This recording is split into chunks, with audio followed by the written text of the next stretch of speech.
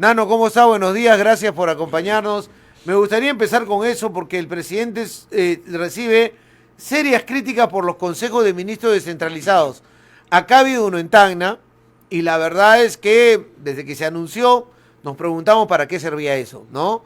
Que han pasado N cantidad de presidentes y se han dado N cantidad de consejos de ministros o sesiones descentralizadas.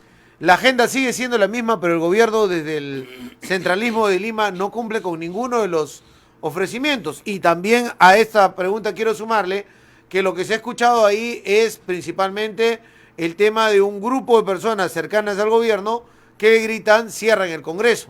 ¿Cómo está el panorama político, Nano? Buenos días. Buenos días, un saludo a todos los tacneños que nos escuchan por Radio 1, Fernando. Así es, tenemos ya varios consejos de ministros descentralizados que están costando una millonada de plata para todos los peruanos y lo que son en realidad es encuentros entre afines, entre partidarios. Por lo que sabemos de otros consejos de ministros, no se deja entrar a otros dirigentes, a gente que puede tener una voz discrepante, ni siquiera alguien que vaya a ser malcriado en ese momento, porque no creo, los peruanos somos normalmente respetuosos, pero este es el temor de este gobierno que se va encerrando y se escucha a sí mismo. Y es lo peor que uno puede hacer en política, escuchar a la gente que te dice que todo va bien, porque vas a ser incapaz de darte cuenta de las cosas que van mal, ¿no? Ahora, ¿no ves desde el lado del gobierno un ánimo de corregir eso? No, en lo absoluto. El presidente del Consejo de Ministros sigue siendo el mismo. Acabo de ver un Twitter que se dedica a promover ahora, como si tuviese un aviso de gasolina, cámbiese de GNB a G no sé cuántos, ahorra 25 soles por galón. Primero, no es ministro de Energía y Minas. Segundo, hay tareas mucho más importantes que hacer. Sigue siendo el mismo presidente del Consejo de Ministros, sigue existiendo la misma actitud. Fernando, muchos dicen que el gobierno no puede trabajar porque el Congreso no lo deja, eso yo lo escucho. A ver, este gobierno ha tenido 3 consejos de ministros. Los 3 consejos de ministros, los 3 gabinetes han tenido el sí del Congreso. O sea, el Congreso no les ha dicho que no, le ha dicho sí, no con los votos de Fuerza Popular, pero sí con los votos. Entonces ha tenido las oportunidades. Uno no puede llegar al gobierno a llorar, uno no llega al gobierno a lamentarse, uno no llega al gobierno a decir no me dejan, es que no puedo, porque el gobierno tiene mucho poder, el gobierno tiene recursos, tiene el manejo del dinero, tiene el manejo de la fuerza pública, tiene el manejo de las Fuerzas Armadas, tiene los ministros. Los congresistas no somos gobierno. Con la justa podemos hacer 4 cosas: legislar, que demora; fiscalizar, que a veces no te hacen caso; y representar, que es estar pues escuchando a la gente como lo estamos haciendo ahora. Y por último, pues una labor de también intermediar en algunos casos, ¿no? Ya, pero no se puede. Ha habido un enfrentamiento desde el principio con el gobierno. El tema de no reconocimiento de la victoria de Castillo llevó a un fraccionamiento también, no solamente del Congreso, sino de la sociedad, casi un 50-50 enfrentados en ese tema. No podemos superar esa etapa de que Castillo ganó y que hay un rol de la oposición del otro lado. En la misma calle se siente, hay un descontento, un desgano de la población que se suma además al bolsillo, que se está sintiendo en la economía, la inflación, la falta de crecimiento, la falta de oportunidades. ¿Qué hacer a eso desde el lado político? ¿Qué hace el Congreso desde su lado para mejorar la situación y aportar a que nuestra situación política y económica mejore? Sí, a ver, yo quiero comenzar diciendo algunas cosas. Yo te invito a que revises las intervenciones de Fuerza Popular en el Congreso y que me digas si encuentras alguna intervención en la que nosotros hemos mencionado, por ejemplo, la palabra fraude. Yo soy el vocero de la bancada y te puedo asegurar que no lo se ha hecho, o podrá haber sido una. Nosotros no hemos estado detrás después del 28 de julio de decir lo perdimos. Nuestra presidenta fue muy clara, dijo: cuando yo reconozca, puedo señalar y puedo decir que hubo fraude y puedo seguirlo creyendo, pero voltearemos la página. Cuando llegó Castillo al Congreso, el día que juramentó, y dijo frente a todos los ciudadanos en el Congreso que además no iba a cambiar la Constitución, por ejemplo, cosa que ahora dice que no. Nosotros nos pusimos de pie, Fernando, porque es el presidente de la República, porque no tenemos que ser malcriados. Nosotros hubiésemos podido oír que también sucede en otras democracias y en otros congresos y en otros parlamentos. No, nosotros nos pusimos de pie, no aplaudimos, no, porque no íbamos a aplaudir, pero ahí está, esa es la investidura del presidente. Es falso cuando se dice que hemos tenido una oposición que no ha dejado gobernar. Sí, hemos buscado que se censuren ministros, pero tampoco una gran cantidad de ministros. Pero eso está mal, porque, por ejemplo, ¿por qué no censuran al ministro del Interior en ese momento? Bueno, nosotros estamos ahora corriendo las firmas. Cuando no podemos... No censuraron a Silva, la señora Susel Paredes andaba con su firmita sola por todo el Palacio Legislativo, claro, y después ustedes, claro, pero ahora, a posteriori, cuando hoy mira dónde está Silva. Te das cuenta cómo cuando uno pide firmas de manera democrática, las consigue. Fuerza Popular consiguió las firmas. ¿Por qué no las consiguió Susel Paredes? ¿Por qué? Porque tú no sales y amenazas afuera en la prensa y le dices, es que si no me dan firmas tal cosa. Es un parlamento, son congresistas que dicen, y yo no le voy a dar las firmas. ¿No le gustan los modales, la forma de Susel? Por supuesto. Entonces. Por supuesto. No, digo, por supuesto que a mí no me gusta. A mí no me gusta que me amenacen afuera con la prensa, ni a mí ni a muchos congresistas. Fuerza Popular es quien consiguió las firmas para la censura del ministro Silva. No fue la señora Susel Paredes. Pero sí demoraron. Porque demora conseguir las firmas. Porque obviamente es un proceso en el que tú tienes que buscar. A ver, este Congreso no es perfecto. Este Congreso, pero no es un Congreso que está destinado a gobernar. Eso es lo que quiero que entendamos. Los Congresos en todas partes del mundo, su función es fiscalizar. Su función es mirar con sospecha al gobierno. Pero había uno de Agricultura que tenía acusaciones de asesinato. Sí, claro. Está este señor que se le ha escapado Silva. Y hay un montón que han ido cayendo solitos, pero que no debieron haber caído solitos, sino que debieron haber sido censurados por el Congreso de la República. O sea, no me designes a cualquiera, pasa un filtro. La prensa te lo demuestra a las horas y te dice, este señor tiene estos antecedentes.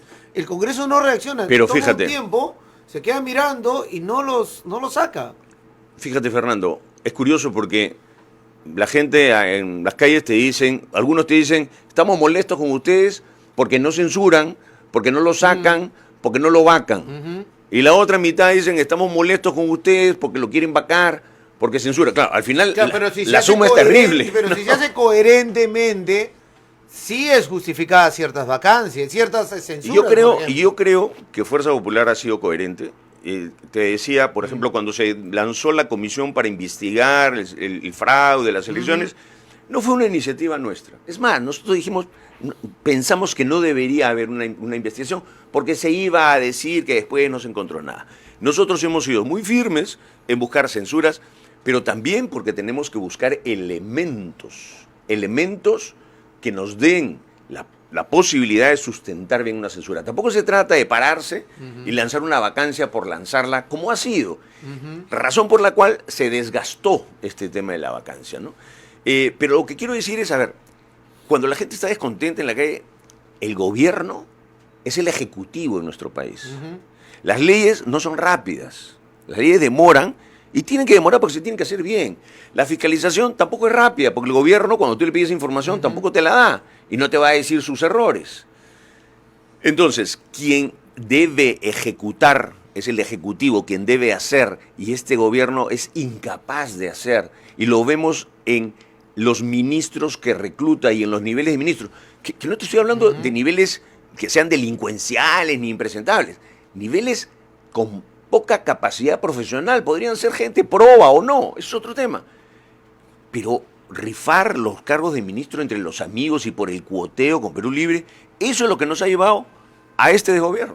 Ya, eso tienes toda la razón. Es decir, mira, estás en una región donde Castillo debe haber sacado en promedio el 70% de segunda vuelta, en Tacna y Moquegua. Y la gente está decepcionada de lo que ha hecho Castillo. ¿Por qué? Porque lo que la gente le ha pedido era principalmente que se tome decisiones. Si bien hay un tema de la constituyente, creo que la gente puede incluso a llegar a entender que en su momento habrá un momento constituyente hoy o más adelante. Pero sobre todo la gente en el sur no aguanta el tema de la corrupción, que lo tiene claramente señalado al presidente de la República, a sus sobrinos, Silva, Pacheco y toda la tracalada que viene atrás del presidente de la República, pero no hemos encontrado al otro lado un Congreso más maduro que el gobierno. Desde la presidenta del Congreso y algunas reacciones a algunos parlamentarios destemplados que han generado esa visión por parte de la ciudadanía que están igual y que lleva a que se diga, se va ese presidente, bueno, que se vayan todos y resetemos y empecemos de nuevo. Lo cual nos lleva a que otra vez elijamos lo mismo y podamos caer con las mismas la reglas, misma situación cada cierto tiempo. Claro, las mismas reglas, el mismo jurado nacional de elecciones. Pero no nos sentimos al Congreso maduro, preparado para responderle en cierta medida al Ejecutivo. Me gustan la palabra que has usado, las dos palabras, maduro y preparado. Y es cierto, este es un Congreso en general de gente que está iniciándose en el tema del Congreso. ¿Por qué? Porque el señor que usted acaba de mencionar, Vizcarra, decidió bajarse a la clase política, a los partidos, prohibiendo, buscando esta norma con el referéndum y haciéndole publicidad para que no haya reelección. Entonces, esto te da un Congreso de 130 personas donde creo que los que han sido congresistas han sido 8. No llegan a 10. Y eso es amputarle la experiencia. Esto es como una selección. En la selección siempre tendrás que tener jugadores nuevos y jugadores antiguos y te asegurará tener buen resultado. Entonces, habemos, y yo me incluyo, congresistas que pues hemos llegado y comienzas a mirar, comienzas a ver la dinámica, comienzas a conocerte, que es muy diferente cuando tú tienes en varios partidos congresistas que tienen más experiencia. Y mira, la tasa de reelección, o sea, la cantidad de congresistas reelectos era más o menos entre el 10 y el 15%, sí. Es decir, ni siquiera era altísima, pero por lo menos hubiésemos tenido 15, 16, 18 congresistas. Fuerza Popular los tiene. Tenemos a Marta Moyano, tenemos a María Yontay, tenemos a Alejandro Aguina, tenemos 3 congresistas que han sido... ¿Por qué? Porque Fuerza Popular es una organización que tiene más de 20 años en el Congreso, pero organizaciones más jóvenes no los tienen. Entonces, por eso tiene pues, temas como lo de los niños, ¿no es cierto? Acción Popular... pero no me digas que Acción Popular es una fuerza política nueva. Por eso. Ha debido priorizar en sus listas a los de mayor experiencia. Pero no ha podido, porque los de mayor experiencia estuvieron en el anterior Congreso y no pueden ser reelectos. Entonces, eso es perverso para un país, porque es buscar pues que tu Congreso siempre sea pues... Ya, pero eso se lo ganó los congresos anteriores, que haya un referéndum y que ahí estaba el tema de la reelección, pero era lo que los congresos anteriores habían cosechado, digamos. Sí, pero o sea, yo creo que en un país las cosas no es que se lo ganó alguien. Está bien, pero mira, si hoy tú le preguntas a la población, ¿quiere reelección? Te va a decir no. Sí. ¿Ya? Yo estoy en desacuerdo con eso. Creo que sí debe haber reelección y debe haber Senado. No sé si este Congreso hoy, con los porcentajes de aceptación que tiene, está legitimizado para eso. Creo que se equivoca al hacerlo solo a esa reforma que va con otras modificaciones que tienen que ver con el funcionamiento del Senado principalmente. Pero debería ser más amplio, es decir, poner sobre la mesa un debate más grande de reforma de partidos políticos, reforma electoral, que se debe realizar, debatirla sobre la mesa y ponerla para votación, porque si no, en un momento dado, el dueño de la franquicia, como está pasando ahora con las elecciones municipales, se acaba de ver el informe de Luna en la televisión, anda cuoteando, recibiendo plata por darte el número 1, el número 2, el número 3, y de ese sistema no vamos a salir, y lo que queremos son partidos políticos fortalecidos de sus bases y con sus militantes, pero sobre todo que sus líderes puedan tener representación municipal, regional o congresal. Pero, Fernando, esas reformas se están proponiendo. Esas reformas se están discutiendo. La discusión no es solamente por bicameralidad.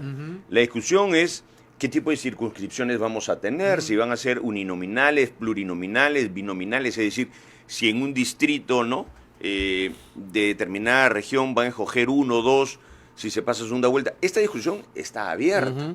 No solamente es el tema de bicameralidad. Entonces, y yo sí creo que el Congreso debe hacer eso. Si uno se pregunta ¿qué legitimidad va a tener el Congreso? Entonces estamos preguntándonos cuál es la legitimidad de la democracia representativa. Y yo creo que la democracia representativa, aunque tenga bajos porcentajes de aceptación en cualquier parte del mundo, es la base de la democracia. Son la gente que ha sido elegida igual que el presidente. Los ministros no son elegidos por la ciudadanía. Y creo que eso es algo que hay que conservar. Razón por la cual, por ejemplo, creo yo también, personalmente, que algo hay que hacer para mirar el tema de la vacancia, así como se vio el tema de la disolución del Congreso, porque son dos contrapesos que tienen que funcionar. Yo no me imagino una democracia en la que un presidente está siempre expuesto a cualquier interpretación, ¿no? Entonces, esas discusiones están. Patricia Juárez va a venir, calculo que mañana pasado podrías invitarla para que ella te explique más detalle, pero sí las hemos iniciado. Además, este Congreso ha hecho otras cosas, ha elegido al Banco Central de Reserva, a los directores. Eso, al día siguiente, Fernando, bajó el dólar. Este Congreso ha podido elegir a los 6 magistrados del Tribunal Constitucional después de otros congresos no habían podido hacerlo. O sea, hemos podido alcanzar, y son consensos, y eso también es un logro. Y creo que va a ser un logro, aunque se quieren oponer varios, la elección del defensor del pueblo. Y espero que se pueda hacer en esta legislatura. Mientras se haga bien, la población lo tiene que aceptar. Por ejemplo, yo no estoy de acuerdo con el perfil, es una opinión, ¿no?, de los miembros del Tribunal Constitucional, la mayoría de ellos conservadores. Pero si es la decisión del Parlamento y llegan a los votos, lo que uno tiene que hacer es aceptar la designación de esas personas, porque así se ha elegido una representación parlamentaria. Sí, pero, y en el mismo sentido con la Defensoría del Pueblo. Fernando, yo he sido miembro de la comisión que eligió el TC, y no es una mayoría conservadora. Yo diría, hay de todo. Hay sardina, jurel, bonito. Pero vamos a ver en sus decisiones, ahí se le va a evaluar. Hay uno que me pareció de izquierda, alguien que me pareció de centro, alguien que me pareció bastante conservador. Y eso es lo importante. O sea, un tribunal tiene que tener todas las miradas. Tiene que tener a alguien conservador y tiene que tener a alguien, pues, mucho más reformista, porque eso es lo que le va a dar la consistencia a las decisiones de un TC, ¿no? ¿Por qué se alían en ciertas cosas con el serronismo? Como la SUNEDU. Dime en qué cosas no La SUNEDU. No, ahí no ha habido alianza con el serronismo. Ahí ha habido coincidencia de la mayoría de partidos. Fíjate, está Renovación Popular, está también Somos Perú, Juntos por el Perú, las facciones de Perú Libre. Nosotros, no votó ciertamente Avanza y APP. APP, yo creo que debió abstenerse, ¿no? Porque ahí había un interés. Y Podemos también. Pues. Y Podemos, ¿no es cierto? Si tienen universidades. Pero a veces hay coincidencias en planteamientos y son temas más bien técnicos que políticos. Para mí el tema de SUNEDU no debería haber sido un tema politizado. Ojo, yo creo que en el tema de SUNEDU todavía hay una oportunidad de revisar cosas. Yo creo y espero que lo podamos hacer. Nosotros lo hemos conversado en nuestra bancada. 2, en el tema de SUNEDU hubo también un tema de desconocer las anulaciones que habían hecho en SUNEDU y hubo un proyecto de ley, nosotros estuvimos en contra de él. Nosotros creemos en la institucionalidad de SUNEDU. Yo he conversado con el superintendente, el jefe de SUNEDU, en varias oportunidades. Le he vuelto a escribir para ver qué podemos hacer. Nosotros como bancada intentamos, porque sabemos los errores que hemos tenido. Fuerza Popular ha tenido errores. Fuerza Popular tuvo un congreso con una amplia mayoría y tuvimos muchísimos errores. Uno tiene que aprender en política de las cosas que hicieron mal. Pero ahí no era fujimorista. Yo no.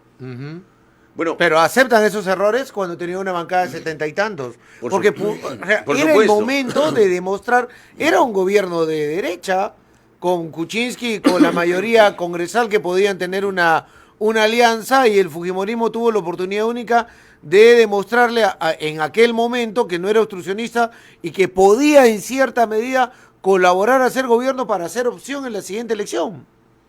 ¿Han hecho esa reflexión? Fernando, claro que lo hemos hecho, lo hemos dicho en campaña y dijimos que nos equivocamos. Y no lo quiero poner a modo de excusa, pero tú diriges tu programa periodístico, ¿no es cierto? Si mañana yo te meto en el cuarto de arriba y te encierro, ¿podrás dirigirlo? No, no es cierto. ¿Pero qué? ¿Eso lo responsabilizan a PPK? No. Lo que te estoy diciendo es que en nuestro partido estuvo descabezado. Y Ya. nuestra presidenta estuvo injustamente detenida. Ya. Injustamente detenida porque ella no ha sido condenada a nada y estuvo presa. Y cuando tú estás preso estás aislado para tomar decisiones. Y parte de los errores es porque no puedes tomar esas decisiones. Eso es lo que te quiero decir. Y entonces no lo pongo como excusa, pero lo pongo como una explicación a los hechos. Y eso es algo que a la distancia de repente lo podemos entender, ¿no? Que esa fue la situación por la que pasó Fuerza Popular.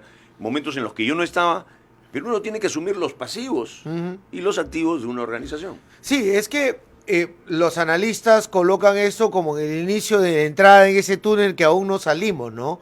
Pero la idea es salir de ese túnel y ahí estamos en un problemón. Pero yo no creo porque que esa sea la entrada. Con el presidente que tenemos, no parece que va a haber una solución. O sea, con el nivel de presidente, la gente que lo rodea, Sí. que es el que maneja la cosa pública, los presupuestos, no parece que No va a haya ser fácil. una solución. Entonces, la gente no siente que el Congreso le vaya a dar ese equilibrio como para salir. Y bueno, oye, vamos a salir de acá y vamos a empezar nuevamente a crecer económicamente, a mejorar, ¿qué es lo que más le interesa a la gente? Más que meterse en política es el tema de mi bolsillo, de mi familia, de la gente por la cual yo salgo a trabajar todos los días. Sí, pero, a ver, yo he escuchado mucho esa reflexión, ¿no? La escucho en varios analistas, periodistas, que dicen, esto comenzó cuando el fujimorismo... No.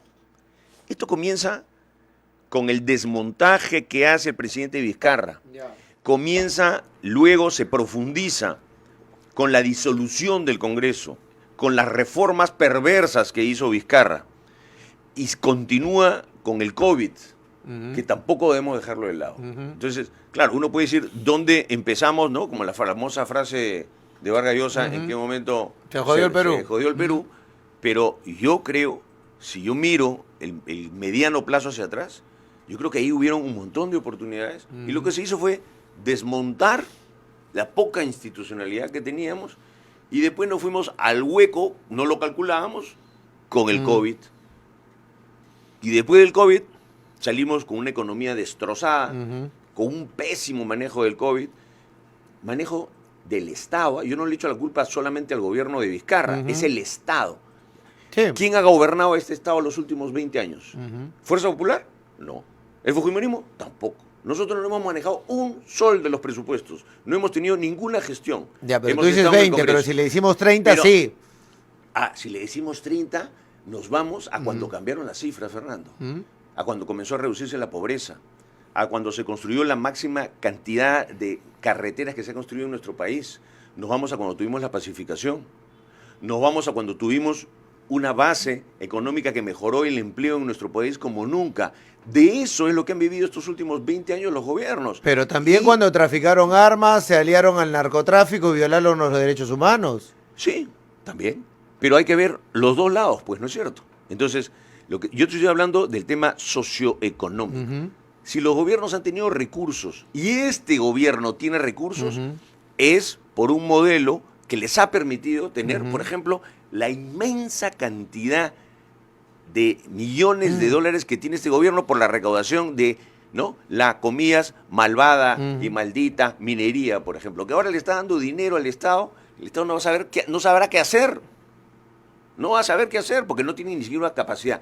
Esas fueron las bases que puso para nuestra sociedad el gobierno de Alberto Pero el Estado sí Fujimori. sabe qué hacer, pues se lo roban. Lamentablemente. Se lo roban en el gobierno central con Puentes Tarata, se lo roban en los gobiernos regionales con mi hospital que lo puede ver acá abandonado de 300 Regularmente. millones y se lo roban en las municipalidades con pistas y veredas. El canon le llega, pero se lo roban, no le llega a la gente. O son incapaces de gastarlo, ¿no? Hay que decir. También, o lo tienen en caja. El Estado, ningún ministerio ha gastado el 100% de su presupuesto en los últimos 20 años.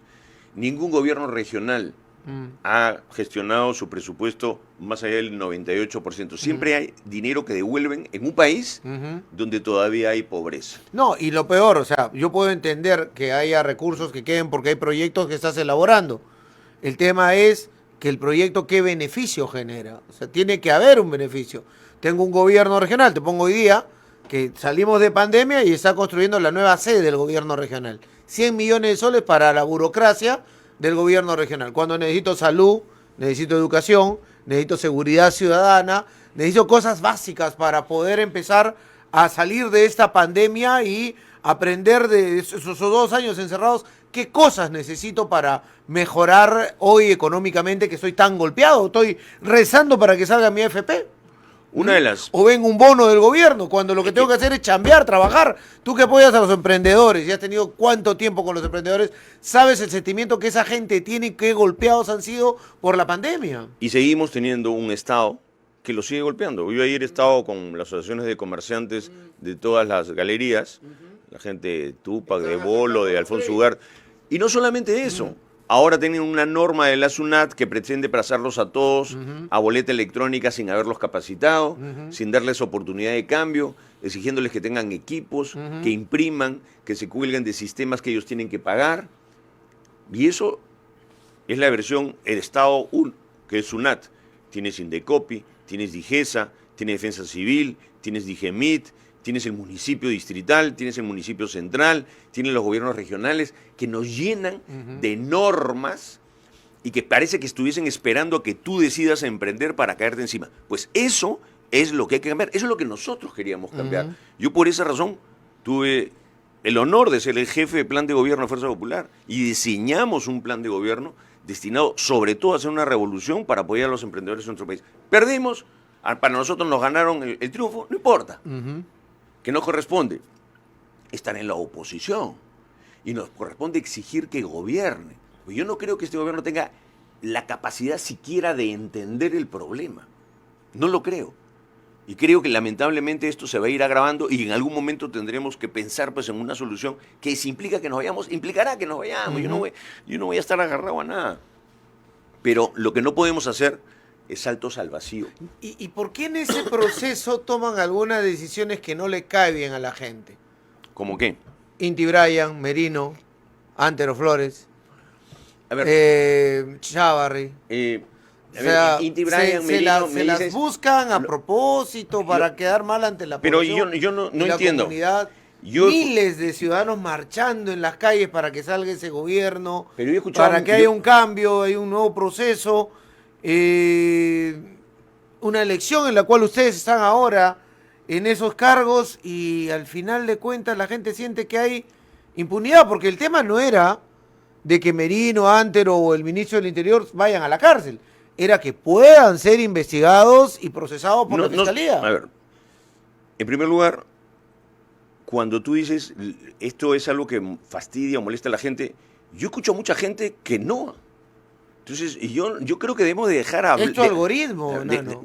O el tuyo. No, debemos de pregúntale a la gente. dejar de hablar a nombre de la gente. Yo siempre digo un sector, otro sector, porque no creo que todos tengan la razón.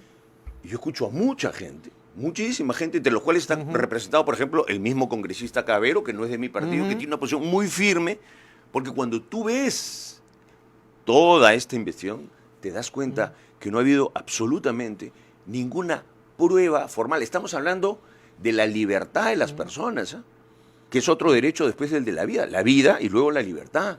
Estás hablando de la libertad del señor Merino y cualquiera de ellos. Lo que tú tienes que decir, hay pruebas para delimitar que este señor u otro son culpables de homicidio. No. Pero es para que pasen a ser procesados nada más. Escúchame. Ahí pueden sí, pero hay defenderse. hay una decisión política. Y si tú tienes un criterio y miras todo, yo he visto todo el informe y la verdad es que no encuentro razones. Han ido ministros, exministros, militares, expertos, y todos dicen, acá, cuando el señor Merino se entera de estas muertes, estaba reunido, de estas lamentables muertes de estos muchachos. Que no sabía lo que pasaba en la calle, no sabía la represión policial que había, no sabía la forma como actuaba. O sea, lo que todos los peruanos veíamos, y tú seguramente veías en ese momento, es que eso obviamente no lo sabía el presidente, sí lo sabía. sus servicios de inteligencia, sí lo sabía, su ministro. Pero nadie está diciendo que no lo sabía. Por eso tú no lo estás juzgando por eso. Nadie ha dicho que no lo sabía. ¿Lo estás jugando por dar las órdenes de reprimir? No. Dar la orden directa. Y yo, la verdad es que no creo, ni me imagino a otro presidente que diga, hoy día quiero reprimir. No, Vamos a matar. No es hoy día, vamos a es buscar. repriman nada más. No. O retiren esa gente. Pongan el orden. Porque yo sí creo en el Claro, orden. pero eso que lo aclaren en tribunales, no y- que quede No, en los archivos, en las no son catacumbas los del archivos, Congreso. Es que ese es el proceso, ese es el procedimiento. El procedimiento es así. Y yo sí creo en el orden. Y creo que las fuerzas del orden están para mantener el orden. Y cuando tú a alguien le dices, oye, no se puede salir, porque no se podía salir. Oye, hay garantías suspendidas, y sales. Oiga, no hagan desmanes, y sigues. Tú mismo como persona, estás arriesgándote y arriesgando a las mismas fuerzas armadas. El otro día Castillo dijo lo mismo y todo el mundo salió a la calle, casi lo vacan por eso. Sí. Y lo hizo mal, y todo el mundo estuvo de acuerdo que estuvo mal. A ver, yo normalmente mis análisis no los hago, repito, yo tengo otro algoritmo, no los hago por lo que dice todo el mundo, ni por lo que dicen muchos. Pero que no se vieron en las imágenes así lo digan miles de dos personas saliendo y llegando a bancar y decir no me reprima mi libertad. Sí. Cuando Castillo quiso encerrar en las calles y se moría de miedo que lo saquen. Sí, está bien. Pero eso ¿qué tiene que ver? No hubo represión ahí, pero sí hubo una mala decisión.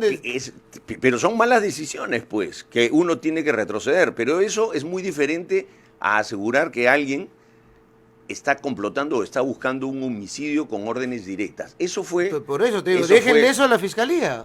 Ustedes le han bloqueado y le han colocado una tapia. No. Puede haber un proceso, y hay un proceso, hay una investigación. A ver, y además la ¿Y fiscalía... nos van a poder acusar? La fiscalía ha participado de todo este proceso. Había una fiscal en todo el proceso. Y las pruebas que se han presentado son pruebas fiscales. Pero en todo caso, el detalle hay que preguntárselo a Alejandro Cabero, que a mí me parece que ha hecho un buen sustento de este tema. Esta última norma que el presidente no ha observado sobre el tema de la educación, ¿cuál es su posición con respecto a esto? Que se puedan generar asociaciones de padres para ver el tema de la currícula escolar. Se señala básicamente que esas que no ha observado, dices, o que ha observado. No ha observado el presidente, no ha observado. Y que permitiría, se señala mucho el tema de que organizaciones como Con Mis Hijos No Te Metas entrarían al tema de la currícula escolar. ¿La ves favorable? A ver, a mí no me gusta que el Estado decida de la educación de mis hijos solo. No me gusta que un funcionario de educación decida todo sobre la educación de mis hijas. Yo tengo 2 hijas. Yo creo que tiene que haber una participación, como lo es en muchos países del mundo, donde los padres de familia son nuestros hijos, están bajo nuestra potestad. No son hijos del Estado soviético, ni del Estado de ningún lado, son los hijos de nosotros. Y si tú quieres, por ejemplo, que a tu hijo se le enseñe religión, hay gente que no quiere que se le enseñe religión, ¿cierto? Sí. ¿Y qué sucede? Pones una carta y dices, no, ¿sabe qué? Señor, yo soy judío, no quiero que se le enseñe. Perfecto. Porque son tópicos donde tú puedes decidir que tu hijo los lleve o no los lleve, o por lo menos opinar. Eso no significa entregar la educación a conservadores. Eso significa no darle todas las decisiones de la educación a funcionarios de un ministerio. Y yo, para educar a mis hijas, no quiero que decidan funcionarios solamente del ministerio, del SUTE, del FENATE o expertos que vengan de otros lados. No, yo creo que tienen que tener derecho a participar las asociaciones. Si ahí pasas a decir que esos son los grupos conservadores... No. Te digo que hay esas organizaciones que son las únicas que existen, que son las que han estado haciendo movilizaciones. El tema es cuánto pueden cambiar esa currícula, cuánto puede afectar al tema de la educación, tomando decisiones por todos cuando debería haber mayor participación. Ellos no toman decisiones por todos. Los que toman decisiones por todos ahora son el Ministerio de Educación. Y el Ministerio de Educación no puede decidir que a tus hijos les enseñen sexualidad de determinada manera. Tú tienes derecho a opinar. Ahora lo que hemos tenido son más bien grupos y ONG y asociaciones que están metidas detrás del tema de la educación, donde también ellos influyen y quieren pues que a los chicos se les enseñe, ¿sabes qué? Te voy a enseñar esta forma de masturbarte, te voy a enseñar esta forma de reproducirte. Hay gente que no lo quiere. Y en nuestro país, mucho más. Y entonces tenemos que... ¿Y si no sería mejor que firmen algo así como de religión y digan, no quiero que le enseñen esa parte a mi hijo? No, porque algunos... Porque yo se la voy a enseñar en casa. Porque algunos querremos que sí se las enseñen. Pero por eso, pues, igual que religión... Enséñele una parte. A ver, lo que tiene que haber, porque es un tema muy delicado, es el tema de la sexualidad de las niñas y de los niños. Y es un tema en el que el Perú tenemos posiciones al respecto. Entonces, este tema no se lo deben de dejar a un ministro de Educación, a un director general de Educación o a un director de cualquier región de educación. Yo no se los dejaría. Si tú piensas que sí, bien. No, te digo por qué, porque los niveles de violencia sexual que hay en el país son tan elevados que hay que enseñarle a los chicos estos temas para que sepan que hay que parar varias cosas que hay gente que hace contra, Sí, claro. y lleva contra ellos. Está bien. Y se ve lo que está sucediendo en ¿Y nuestra quién le sociedad y enseña? nos ¿Quién da le- terror Ya, pero ¿quién le esas enseña y cosas. cómo? No, es que siento que hay un sistema que no funciona. Ya, yo también. Entonces Yo hay también. una forma de Pero- llevar, y no para mí, por ahora, o sea, es no ocultarlo, ponerlo sobre la mesa, debatirlo, enseñarlo, Pero perfecto. comunicarlo y sancionarlo cuando haya que Yo sancionarlo. también estoy Siento completamente... que de acuerdo. hay demasiada impunidad y a veces, incluso dentro de las propias familias, no quieren comunicar lo que pasa en la familia. Terrible, también estoy de acuerdo. Pero eso Entonces, no me lleva a que yo ponga toda la educación de este tema en manos solamente de funcionarios de un Ministerio de Educación que ya sabemos cómo opera, y de direcciones regionales de educación. ¿no? Y ahora eso, tú estás también en este debate de caviares y anticaviares. ¿Cómo Yo no ves uso ese el término tema? caviar, no me gustan. Si revisas mis intervenciones, yo no las he usado porque no. A mí no me gusta calificar a la gente. Tampoco me gusta cuando alguien dice, y veo, ¿no? Twitter, ahora la educación caerá en manos de grupos ultraconservadores. Cuando alguien califica, Fernando, es que no tiene argumentos. Cuando yo te digo tú eres tal, es porque no tengo argumentos. Se llama argumentación ad hominem, ¿no es cierto? O sea, te descalifico porque eres bajo, alto, cholo, hincha de la U, de la Alianza, hombre, mujer, gay. Eso me parece pésimo. A mí no me gusta. Es que ¿sabes por qué? Porque lo que yo siento en el tema político es que no hay la capacidad, primero, de sentarse en la mesa a conversar, así como estamos nosotros dos, y que uno se ponga en los zapatos del otro. Entonces, ¿qué es lo que piensas tú? ¿Qué es lo que pienso yo? Y en el plano político, los parlamentarios, la gente más representativa de la sociedad, y ya, bueno, vamos a llegar a un punto medio y vamos a avanzar en ese tema. Y siento que quieren sacar muchas a cosas ver, por varios lados Fernando, al caballazo. Cuando uno se pone ¿no? de acuerdo, eres fujicerronista. No, es cierto? eres caviar, por eso te hacía la pregunta. Eres fujicerronista. Ya. No, cuando uno se pone de Ajá. acuerdo, tú me lo acabas de decir hace un rato. Ya. Ay, No, ya. ¿por qué coinciden? ¿Pero qué? ¿No está diciendo que hay que coincidir? Pero es que coincides. Pero hay que coincidir. Escúchame. En SUNEDU coincidimos. Y tú sabes Tú por pusiste qué como ejemplo SUNEDU. los erronistas quieren eso de la SUNEDU. Porque quieren irse a las nacionales y quieren Ya. regresar a lo que hemos A vivido ver, en las a nacionales con la famosa autonomía Pero no por- universitaria. pero no por ello vas a dejar y de tú has con- vivido en los 80 y has visto cómo eran las universidades No, nacionales, es que- la Catuta, la San Marcos, la UNI, No todas va a ser las así, universidades. Fernando, no va a ser quieren así. esa autonomía para encerrarse y manejar esos presupuestos. No va a ser así, porque SUNEDU va a tener la fuerza y la capacidad. Pero volvamos al tema de que tú Pero hablabas esos de- son sus sueños. que tú hablabas de consenso. Yo te voy a decir, el fujimorismo es el único movimiento que tiene un movimiento que se llama No a Keiko. O sea, es un movimiento que empieza por el no. Yo cada vez que estamos en el Congreso y vemos debates y cosas, en el otro lado, al frente, en Perú Libre, poco falta para que si hay un terremoto, la culpa la tenga el fujimorismo. Nosotros disposición a conversar siempre la tendremos, pero conversar. El ataque, si tú lo ves y miras los debates en el Parlamento, mirarás de dónde vienen los ataques siempre. Cuando ya no hay argumento, retroceden 30 años atrás y hablan de que el gobierno de Fujimori, que las maletas, que los viajes. O sea, cuando ya no hay argumento, vámonos 30 años. Pero ¿no son ustedes Es los como mismos si que los ponen no- sobre la mesa Es esos como si temas? en los 90, no. Es como si en Marta los no- Moyano, por No. ejemplo, que es parlamentaria. Marta sale... Chacón haciendo entrevistas No, en no, la no. televisión. A ver, Marta sale a defender los temas, pero nosotros no somos los que ponemos. Lo que hacemos sí es defendernos. Pero es como si en los años 90 alguien se hubiese referido al gobierno de Odría. Han pasado 30 años casi. Miremos hacia adelante. Tú lo has dicho, miremos hacia adelante. Y miremos qué tipo de país Sí, queremos. pero Yo sí creo aprender que de hay- esos errores. Y yo te acabo de decir que hemos aprendido de nuestros errores, pero yo creo, por ejemplo, que en el Perú necesitamos agrupar a las fuerzas de centro democrática, de centro derecha, si le quieres llamar, y creo que necesitamos tener un espacio sin radicalismos y generar un movimiento ahí, tratar de ir unidos. A mí me hubiera encantado que fuésemos juntos a varias regiones, no ha sido así porque varios partidos les encanta ir por su cuenta, a Fuerza Popular no. Nosotros dijimos, vamos a ver en Lima y en qué otras regiones podemos ir juntos. igual que en la mesa directiva. Nosotros estamos dispuestos a no estar en la mesa directiva el año pasado y este año tampoco. ¿Y por qué? Porque queremos ayudar a generar consensos. No somos los malvados Sí, que se nos pero dice que somos. tú mismo me has dicho que son los que más experiencia pueden... Tienen un grupo de parlamentarios que tienen experiencia, pueden colaborar más y tener más tolerancia. La valla no es tan alta con la señora Alba, desde el Congreso de la República o la presidencia del Congreso.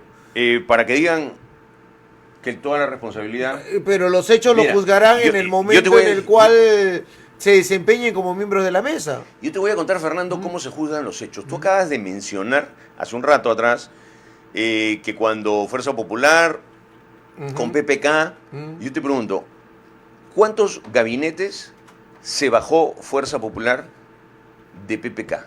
Uno, si no me equivoco. Censuró a Saavedra, que fue un... No, ese es un ministro. un gravísimo error. Para mí, no.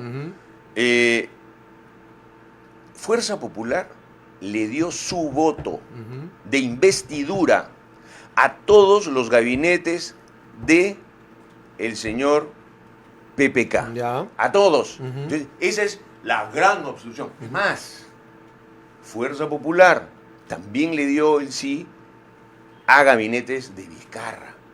Es más, Fuerza Popular le dio sí su voto al gabinete del señor Cateriano, enemigo jurado y acérrimo de Fuerza Popular, del gabinete de Cateriano con Vizcarra. Entonces, cuando se dice Fuerza Popular y la oposición, no, vamos a hablar con los hechos. ¿Y se lo han dado a Bellido? No, nosotros no nos le hemos sabido. ¿No? No, a ninguno de este gobierno. Ni a Mirta Vázquez. No. Ni a Aníbal Torres. Tampoco. Ya. ¿Quiénes se lo han dado? Pero fíjate, o sea, desde ese punto de vista, acá seríamos nosotros más obstruccionistas. Y no hemos sido obstruccionistas. Porque hemos dejado avanzar y cuando hemos interpelado a ministros que nos han más o menos convencido, los hemos dejado avanzar. Ahora, esperemos.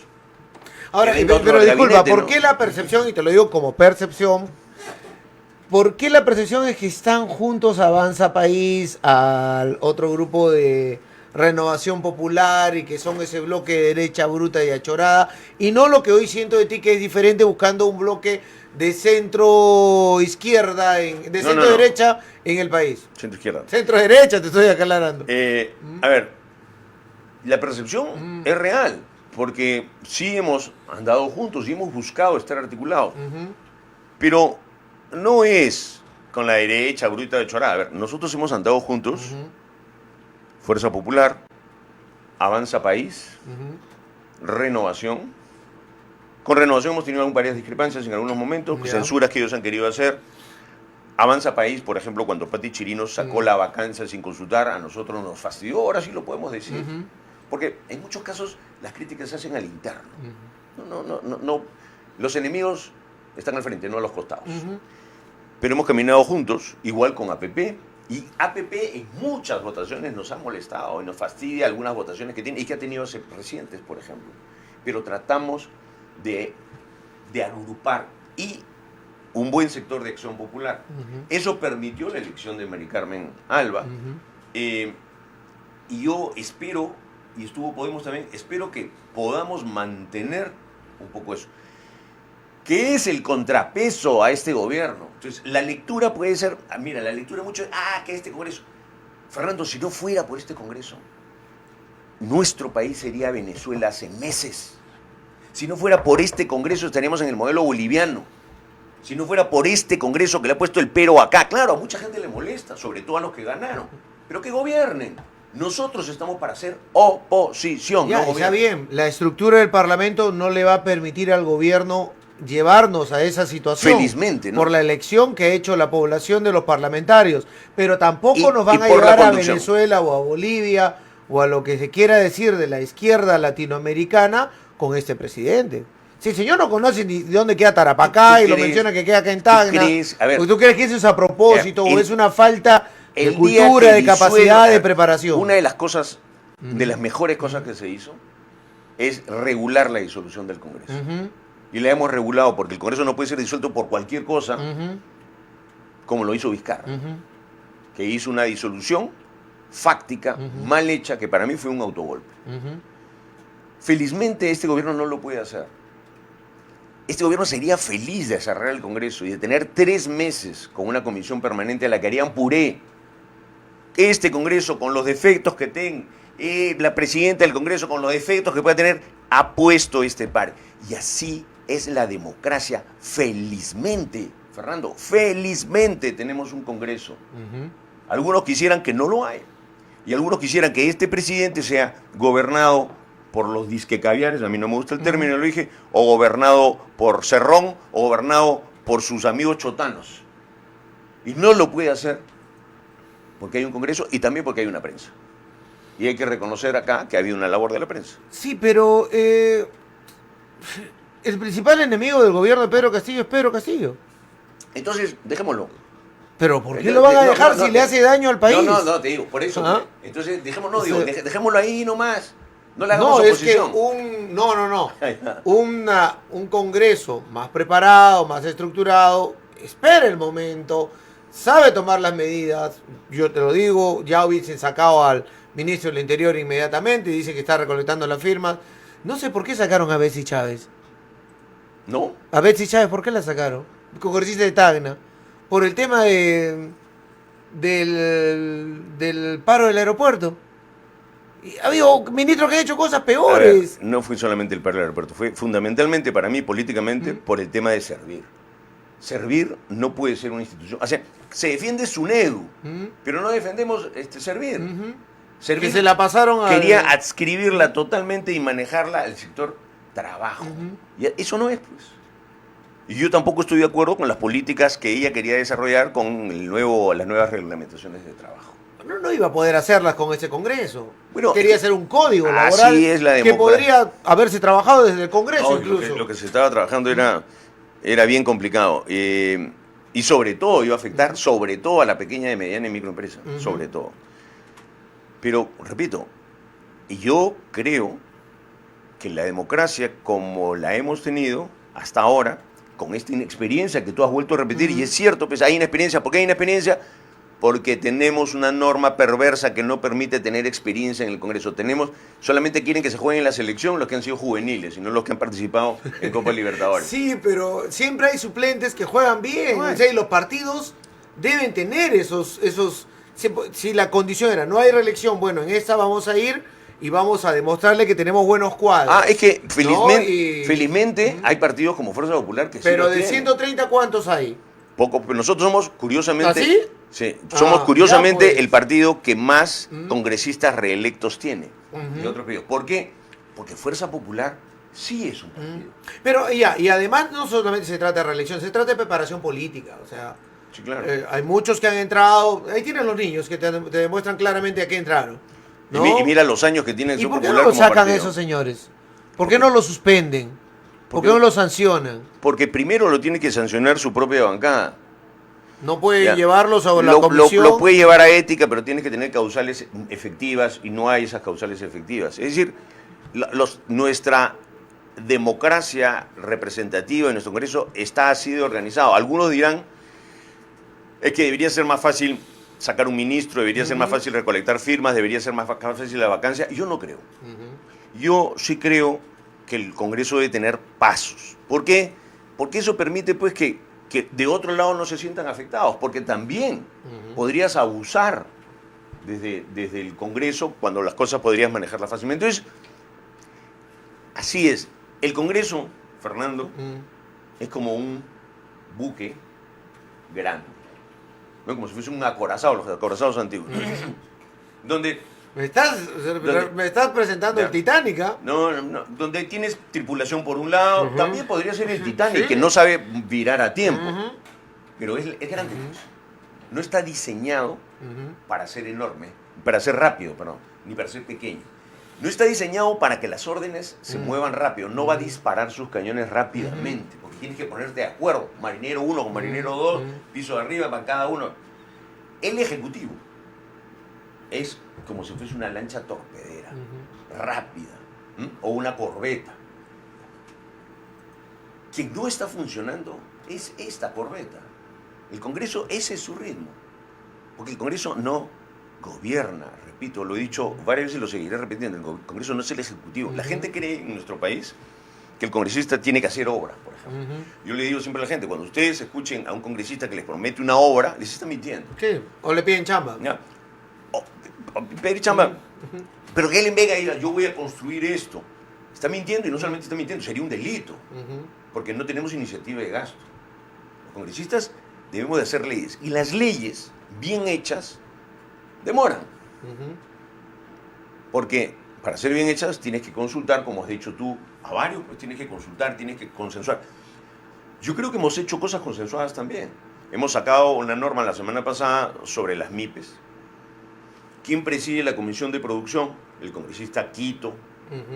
¿De quién es? De Perú Libre. Pero con él hemos podido hacer una ley nueva para MIPES, donde han entrado varias sugerencias mías, del señor Quito, de Avanza País y de otro lado, y le hemos sacado con una amplia cantidad de votos. Ya, claro, me van a decir que soy fujicerronista por eso, pues, pero a mí la verdad, si puedo apoyar a las pymes en nuestro país, me importa lo que me digan. Ahora, pero tú dices que las leyes deben ser bien hechas, consensuadas, meditadas. Y me regreso al tema de la bicameralidad, que ha sido muy rápido. A ver, la bicameralidad no ha sido aprobada, pero ni va a ser aprobada, y el legislador lo previó de tal manera que entre la aprobación de la bicameralidad y que se ponga, tiene que haber un año de discusión. Hemos empezado hace 3 meses. Y va a continuar la discusión. Y si se aprobara en esta legislatura, todavía tienes que volver a aprobar. Tienes que volver a verla. También se puede observar. Y ese periodo es un periodo para discutir. Yo sí creo en la bicameralidad por una cosa. Cuando yo estoy cuando uno ve la sesión del Congreso, van a ver ustedes que se dice lo siguiente. Se aprueba una norma por 110 votos, buena votación. Y el presidente, el que presentó la norma, dice: pido exoneración de la segunda votación. ¿Qué es eso? Cuando se hizo una sola Cámara, se dijo que tenía que haber una segunda votación. ¿Cuándo se hacía esa segunda votación? Un periodo después, creo que es 10 días o una semana. ¿Para qué? Para que entre que apruebes la norma, tienes que tener 2 votaciones para que medites, para que no saques normas combi sacadas de la manga que nos cuesta. Para que haya un tiempo, para que los ciudadanos, para que la prensa diga, oiga, ¿qué pasó? ¿Qué hicieron? Ya. Eso ya no existe ahora. Pide exoneración a la segunda votación. Loco, esa es la función de 2 cámaras. Por eso que a una cámara se le llama la cámara revisora. El Senado. Que es el Senado.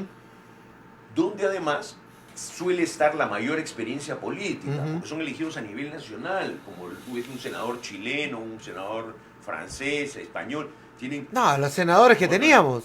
Y los senadores que teníamos. Enrique Bernales. Osterling, Luis Alberto Sánchez. Jorge estaba más en la Cámara de Diputados. Y habían algunos que decían, yo quiero estar en la Cámara de Diputados porque es una Cámara más política. ¿No? Javier de Canseco sí llegó a ser senador, pero le gustaba también la Cámara de Diputados. Y a eso podemos aspirar a volver a tener. Pero que un país va construyendo sus instituciones y su clase política. Sí, hoy das una mala ley y termina en el TC, ¿no? Y el TC la termina anulando después, porque era inconstitucional. Se necesita una segunda Cámara o una segunda votación después de un tiempo que haya generado debate, porque a veces los proyectos, y es cierto, sorprenden que se ponen, porque no ha habido un seguimiento desde comisiones para que se pongan sobre la mesa. Imaginemos, ¿no? SUNEDU. SUNEDU estaría ahora en el Congreso, en el Senado, y el Senado diría, un momentito, ¿no? ¿Ustedes qué cosa quieren quitar? Quitar licencias a las universidades, que ya SUNEDU les ha denegado la licencia. Respeten ustedes esta institución, hagamos estos cambios. Yo pienso que así se pueden hacer las cosas. Yo personalmente, Fernando, creo que nuestro país tiene mucho por delante todavía. Yo soy un optimista siempre. Por la gente que tenemos en nuestro país. Y esa posición de que debe haber contacto con la centro derecha, ¿es tuya o es de Fuerza Popular? Yo diría que se comparte mucho en Fuerza Popular. Nosotros, nuestra presidenta ha dado los gestos de buscar que los grupos vayan juntos. Ha dicho hace poco, y si tienen que haber elecciones el próximo año, ojalá podamos ir juntos. Y ella dijo, y si yo no tengo que estar, tampoco tendré que estar. A eso iba mi última pregunta. Iba a si Keiko Fujimori está dispuesta a volver a postular, como lo anunció Chacón diciendo que iba a seguir postulando una cuarta postulación, o hay ese ánimo también de llegar a consenso con ciertos sectores de la centro derecha en el país? Yo creo que ambas cosas no se oponen, Ujú. y sé que hay mucha gente en la centro derecha y en la derecha que quisiera que Keiko no vuelva a postular nunca más. Yo creo que ella tiene mucho techo, creo que es una decisión de ella. A mí como militante del partido y a muchos del partido nos gustaría que sí lo pueda hacer. Y yo creo que ella tiene ahora la madurez, la serenidad que quizás le faltó cuando era más joven, y creo que tiene mucho techo. Yo te recuerdo, Fernando, que hay presidentes de la República en varios países que han postulado 5 o 6 veces, y que no es un demérito, ¿no? Cuando alguien dice, perdiste 3, 4 veces acá, no. Salvador Allende postuló 6 veces, François Mitterrand, López Obrador, por ponerte 3 ejemplos que podemos tener ahí, claro, a la quinta, sexta. Y a veces el destino es así. Te cogen otra edad, pues. Te cogen otra madurez, te cogen otra reflexión. Y la derrota, Fernando, es una de las mejores medicinas y aprendizajes para un político. Yo creo que los políticos tienen que saber de la derrota, y la derrota la ha tenido Keiko, y yo creo que eso la ha cambiado también. Gracias por estar con nosotros, Nano. Gracias. ¿Cuándo vas a Moquegua para informar a quienes nos escuchan en Moquegua? Miércoles estamos en Moquegua. Miércoles en Moquegua, hoy acá en Tacna. Hoy en Tacna, miércoles en Moquegua, viernes regreso acá a Tacna nuevamente. Perfecto, gracias a Nano Guerra por acompañarnos.